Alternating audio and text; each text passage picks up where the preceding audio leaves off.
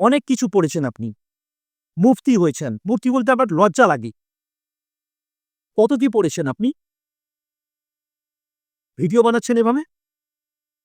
আসুন, আসুন, শায়েখ আহমদুল্লাহ হুজুর আসুন, আসুন, শায়েখ মিজানুর রহমান আসুন। এভাবে অনেক চেঁচাচ্ছেন আপনি, রাগ দেখাচ্ছেন আপনি। তাঁদের নখের সমতুল্য হবেন না আপনি।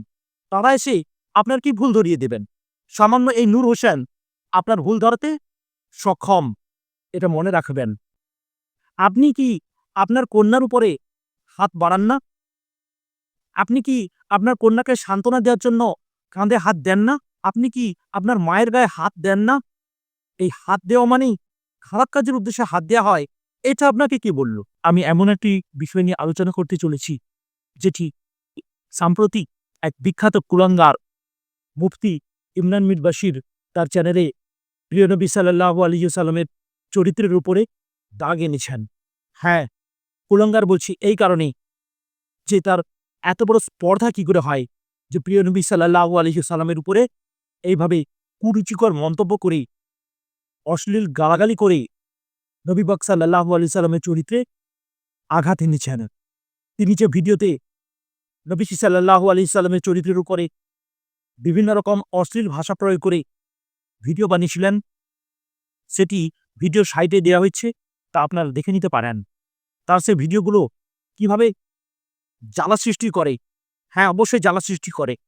কেননা আমার নবী পাক সাল্লাল্লাহু আলাইহি সাল্লামের চরিত্রের উপরে আঘাত হানলে আমরা বসে থাকতে পারি না। ভিডিওটিতে তিনি কি বলেছেন সে সম্বন্ধে একটু আলোচনা করছি এবং তার জবাবে আমি যে সমস্ত রিসার্চগুলো করেছি তা আপনাদের সামনে তুলে ধরছি। আসুন, তার ভিডিওতে তিনি বুখারী শরীফের 5255 নম্বর হাদিসটি নিয়ে আলোচনা করেছেন এবং বলেছেন যে নবী পাক সাল্লাল্লাহু আলাইহি সাল্লাম নাকি একজন মেয়েকে জোর-জবরদস্তি করেছেন। নাউজুবিল্লাহ। আসুন সেই হাদিসটি একবার পড়ে শোনাই আপনাদের। সহিহ বুখারীর হাদিস, হাদিস নম্বর 5255 এবং তাওহীদ পাবলিকেশন থেকে প্রকাশিত। আবু সাঈদ রাদিয়াল্লাহু তাআলা আনহু হতে বর্ণিত, তিনি বলেন, আমরা নবী সাল্লাল্লাহু আলাইহি সাল্লামের সঙ্গে বের হয়ে শাওক নামক বাগানের নিকট দিয়ে চলতে চলতে দুটি বাগান পর্যন্ত পৌঁছলাম এবং এই দুটির মাঝে বসলাম। তখন নবী সাল্লাল্লাহু আলাইহি সাল্লাম বললেন, তোমরা এখানে বসে থাকো। তিনি ভেতরে প্রবেশ করলেন। তখন নুমান ইবনে সারাহিলের কন্যা উমাইমার খেজুর বাগান স্থিত ঘরে জাউনিয়াকে আনা হয়, আর তার খিদমতের জন্য ধাত্রীও ছিল। নবী সাল্লাল্লাহু আলাইহি সাল্লাম যখন তার কাছে গিয়ে বললেন, তুমি নিজেকে আমার কাছে সমর্পণ করো, তখন সে বলল, কোনো রাজকুমারী কি কোনো বাজারিয়া ব্যক্তির কাছে নিজেকে সমর্পণ করে? রাবী বলেন, এরপর তিনি তার হাত প্রসারিত করলেন তার শরীরে রাখার জন্য, যাতে সে শান্ত হয়। সে বলল, আমি আপনার থেকে আল্লাহর নিকট পানাহ চাই। তিনি বললেন, তুমি উপযুক্ত সত্তারই আশ্রয় নিয়েছ। এরপর তিনি সাল্লাল্লাহু আলাইহি ওয়াসাল্লাম আমাদের নিকট বেরিয়ে আসলেন এবং বললেন, হে আবু উসাইদা, তাকে দুখানা কাতান কাপড় পরিয়ে দাও এবং তাকে তার পরিবারের নিকট পৌঁছিয়ে দাও। হাদিসের মান সহিহ। এই সহিহ নিয়েও তার অনেক বক্তব্য রয়েছে এই ভিডিওটিতে। আসুন এই হাদিস অনুসারে তিনি কি কি বলেছেন সেগুলো নিয়ে একটু আলোচনা করি, তারপর আমার জবাব আসবে ইনশাআল্লাহ।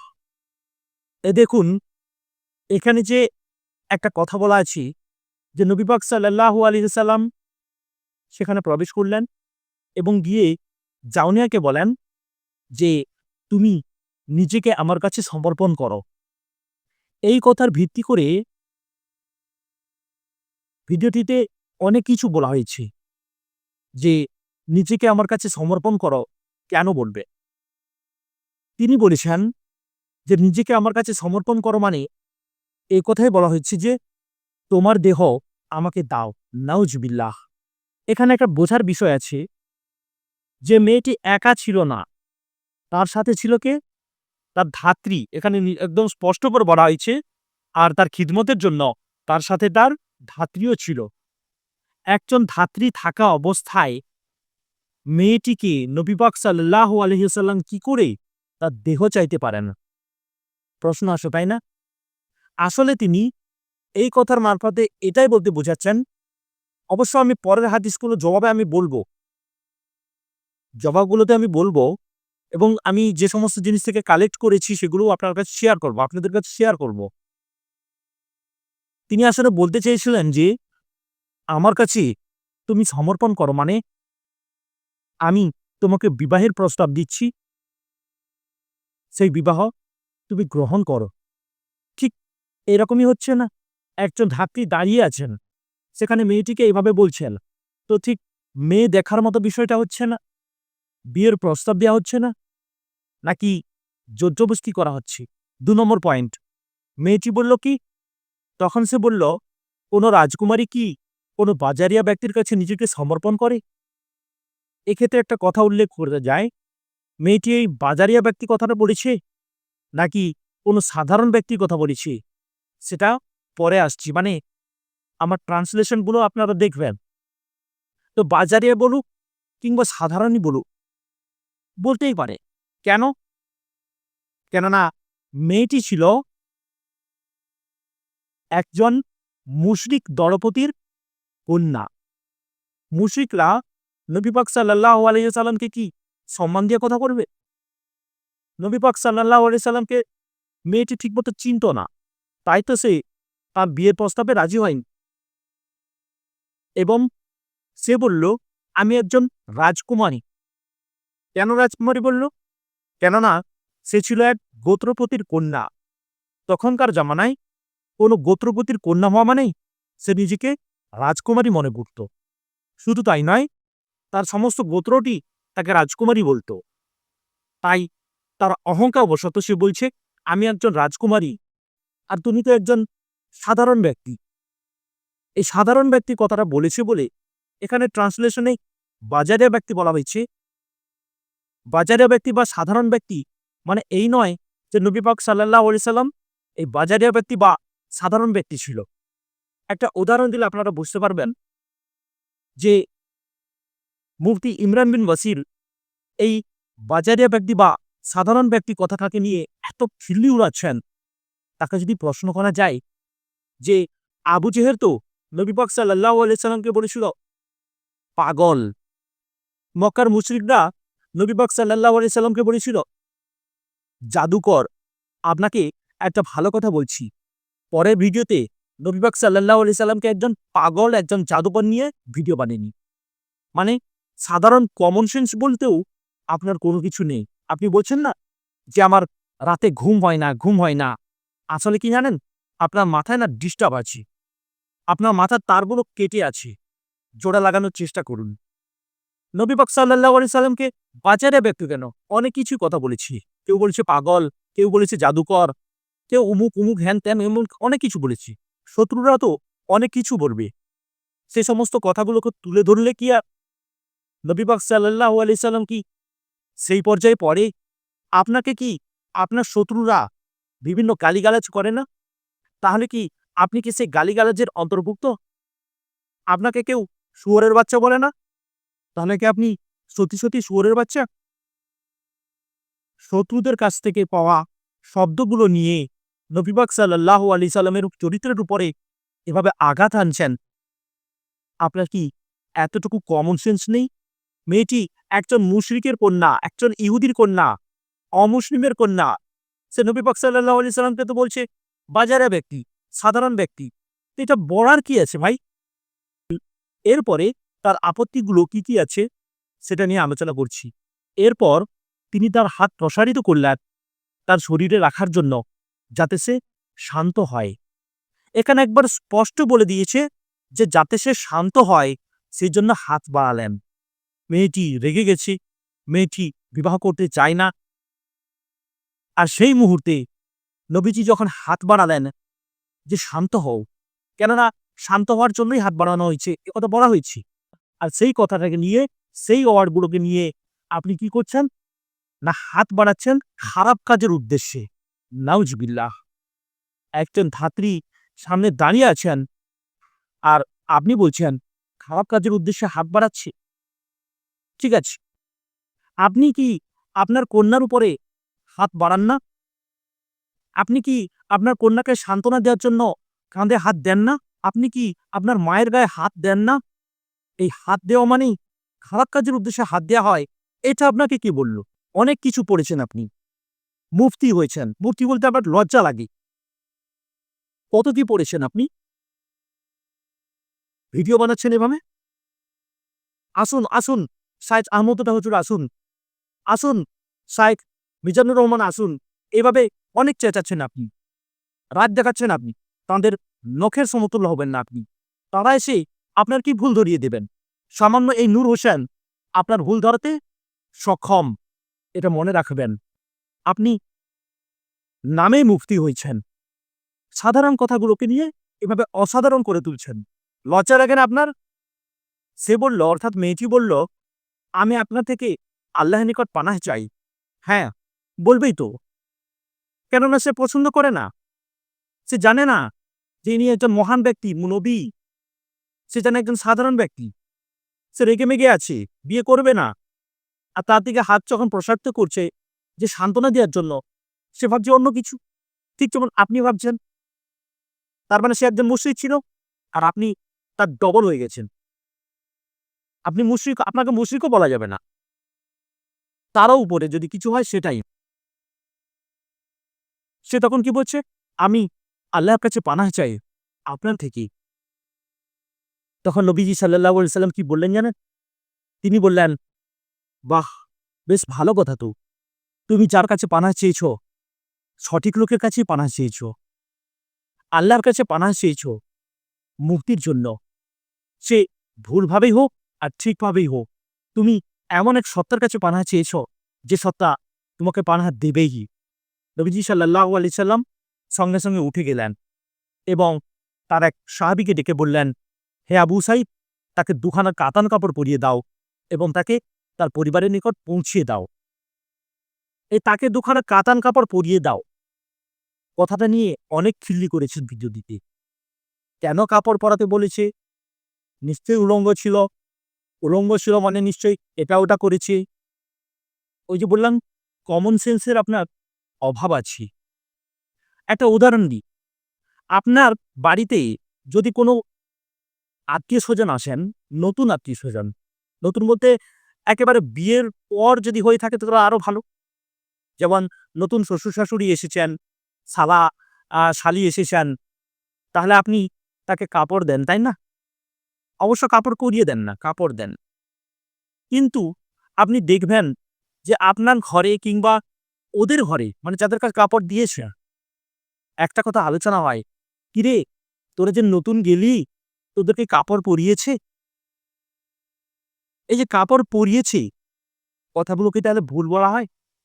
কাপড় পরিয়েছি মানে এই নয় যে কাপড় পরিয়ে দিয়েছি। কাপড় এমনিতে গিফট করলেও মানুষ কাপড় পরিয়েছে কথাটা বলে। নবী পাক সাল্লাল্লাহু আলাইহি সাল্লাম কি করলেন? আবু সাঈদকে ডেকে বললেন, "আবু সাঈদ, তাকে দুখানা কাতান কাপড় পরিয়ে দাও। মানে দুখানা কাতান কাপড় গিফট দাও। আমি যে মেয়েটিকে দেখলাম, তার পাওনা স্বরূপ তাকে দুখানা গিফট দাও।" দেখুন, নবী পাক সাল্লাল্লাহু আলাইহি সাল্লামকে এভাবে অপমান করলেন। বাজারিয়া মানুষ বললেন, সাধারণ মানুষ বললেন। তার বিয়ের প্রস্তাবকে নস্যাৎ করলেন। তিনি তো রেগে যেতে পারতেন। আপনি নিজেই বলেছেন, তিনি একজন বিশাল সর্দার ব্যক্তি। সামনে অনেকগুলো সাহাবী রয়েছে। তাই জোর-জবরদস্তি মেয়েকে উল্টোপাল্টা করেছে। তিনি যদি সত্যিই সেরকম হয়ে থাকতেন, তাহলে উল্টে তাকে কাতান শাড়ি উপহার দেওয়ার কথা বলতেন না। আসলে তিনি জানতেন যে সম্মান কিভাবে বজায় রাখতে হয়। মেয়েটিকে দেখলেন। আপনার ঘরে মেয়ে দেখা হয় না? আপনাদের বাড়িতে মেয়ে দেখতে আসে না? সে মেয়ে দেখার পরে মেয়েকে যদি পছন্দ হোক আর না হোক, কিংবা মেয়েটার পছন্দ হোক না হোক, কোনো গিফট করেন না? টাকা-পয়সা দেন না? ঠিক সেইভাবে গিফট করলেন তিনি। দুটো কাতান কাপড় দিতে বললেন। তিনি এর মাধ্যমে মহানুভবের পরিচয় দিয়েছেন। এবার আসুন, এই হাদিসটি আমি sunnah.com থেকে পেয়েছি English ভার্শনে। "We went out with the Prophet sallallahu alaihi wasallam to a garden called Ash-Shahl, till we reached to walls between which we sat down. The Prophet ﷺ said, "Sit here," and went in the garden. The Junayya, a lady from Bani Zawm, had been brought and lodged in the house in a date palm garden in the home of Umayma bint Numan bin Sharahil, and her wet nurse was with her. দেখুন এখানে কি বলছে, her wet nurse was with her, তার সাথে তার wait nurse অর্থাৎ দুধমা ছিল। When the Prophet sallallahu alaihi wasallam entered upon her, he said to her, "Give me yourself in marriage as a gift." এখানে একদম স্পষ্ট করে বলে দেওয়া হয়েছে, ইন ম্যারেজ, ম্যারেজের জন্য বলা হয়েছে, গিভ মি ইয়োরসেলফ, তুমি নিজেকে দান করো আমাকে, in marriage as a gift, gift হিসাবে আমাকে নিজেকে দান করো। She said, "Can a princess give herself in marriage to an ordinary man?" এখানে কিন্তু একদম অর্ডিনারি ম্যান বলেই বলা হয়েছে, মানে সাধারণ ম্যান, কোনো বাজারিয়া ম্যানও বলেন। The Prophet sallallahu alaihi wasallam raised his hand to pat her so that she might become tranquil. নবী পাক সাল্লাল্লাহু আলাইহি সাল্লাম হাত বাড়ালো টু প্যাট, মানে সান্ত্বনা দেওয়ার জন্য। আর আপনি বলছেন কি তাকে খারাপ কাজ করার জন্য? ছি আপনার মানসিকতা, ছি আপনাদের মানসিকতা। আপনাদের বলতে কাদের? আপনার ভিডিওগুলো দেখে যে সমস্ত লোকগুলো কমেন্ট করছে, বাহ ইমরান ভাই বাহ দারুণ দিয়েছেন, সেই সমস্ত কুলাঙ্গারদের কথা বলছি, যে তাদের উপরও ছি আর আপনার উপরও ছি। She said, "I seek refuge with Allah from you." He said, "You have sought refuge with one who gives refuge." তুমি যার কাছে রিফিউজটা চেয়েছো, পানাহটা চেয়েছো, সে তোমাকে পানাহ দেবেই। The Prophet sallallahu alaihi wasallam came out to us and said, "O Abu Sa'id, give her 2 white linen dresses to wear and let her go back to her family." English ভার্সনটা খুব সুন্দর করে বলেই দিয়েছেন যে তাকে কিন্তু কাপড় পরিয়ে দেয়নি, কথাটা বলেনি। অবশ্য পরিয়ে দেওয়া কথাটা ভুল নয়, সেটা আমি একটু আগেই বলেছি। এখানে তো একদম বলে দিয়েছে, give her to white linen dresses, তাকে 2টো হোয়াইট লিনেন ড্রেসেস দাও, 2টো কাতান কাপড় দাও, পরিয়ে দাও কথাটাও বলেনি। টু ওয়্যার বলেছে, two wire and let her to wire, মানে যাতে সে পড়তে পারে, টু ওয়্যার যাতে সে পড়তে পারে, তুমি পড়াও নয়, যাতে সে পড়তে পারে, and let her go back to her family, এবং তাকে তার ফ্যামিলিতে ফিরিয়ে দাও। দেখুন সসম্মানে তার ফ্যামিলিতে পর্যন্ত পৌঁছিয়ে দেওয়ার ব্যবস্থা করলেন নবী পাক সাল্লাল্লাহু আলাইহি ওয়াসাল্লাম। এই তো তিনি, এই তো তার মহানুভবতা। আর আপনার মতো কুলঙ্গার এই কথাটা বুঝতে পারল না। তবুও মহান রাব্বুল আলামিনের কাছে আপনার জন্য দোয়া করি, আপনি যেন সঠিক পথে আসেন, আপনি যেন হেদায়েতের পথে আসেন।